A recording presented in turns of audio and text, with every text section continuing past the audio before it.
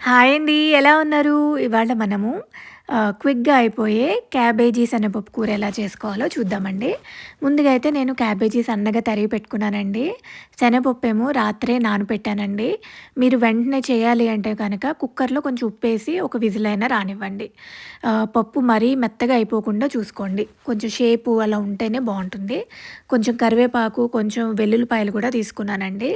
So, దీంట్లో అయితే పప్పు మునిగి పైన ఒక ఇంచు నీళ్ళొచ్చేంత వరకు నీళ్లు పోసి ఉప్పేసి కలుపుకున్నానండి. కలిపి పొయ్యి మీద పెడుతున్నానండి. పెట్టి ఒక 10 మినిట్స్ లో టు మీడియం ఫ్లేమ్ మీద మూత పెట్టి ఉడికించుకున్నానండి. ఉడికించుకుంటే నాకిదిగోండి ఇలా వచ్చింది పప్పు. తీసి నేను పట్టుకొని చూస్తే ఎట్లా అవ్వాలంటే పేస్ట్‌లాగా కాకుండా పొడిలాగా రావాలండి. పప్పుని మీరు నలిపితే అలా రావాలి. అలా అయితే మీకు ఫ్రైలాగా వస్తదండి.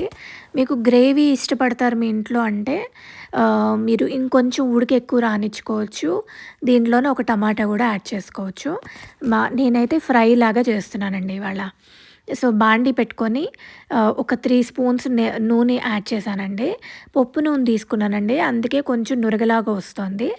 దాంట్లో నేను 4 మెంతి పలుకులు, కొద్దిగా ఆవాలు, కొద్దిగా జీలకర్ర యాడ్ చేసుకున్నానండి.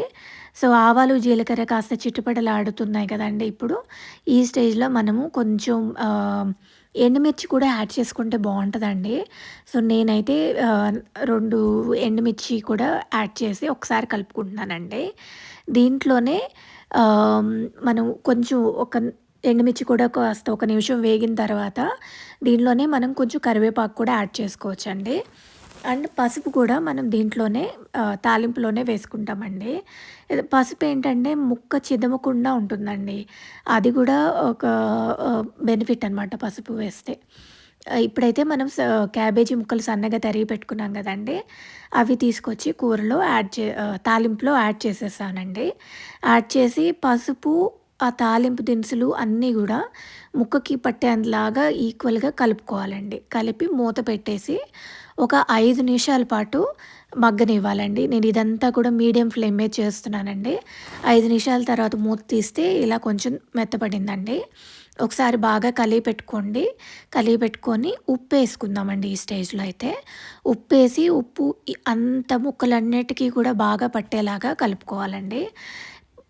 తర్వాత ఇప్పుడు ఒక 5 నిమిషాలు మళ్ళీ ఉప్పేసిన తర్వాత మగ్గపెట్టుకుందామండి.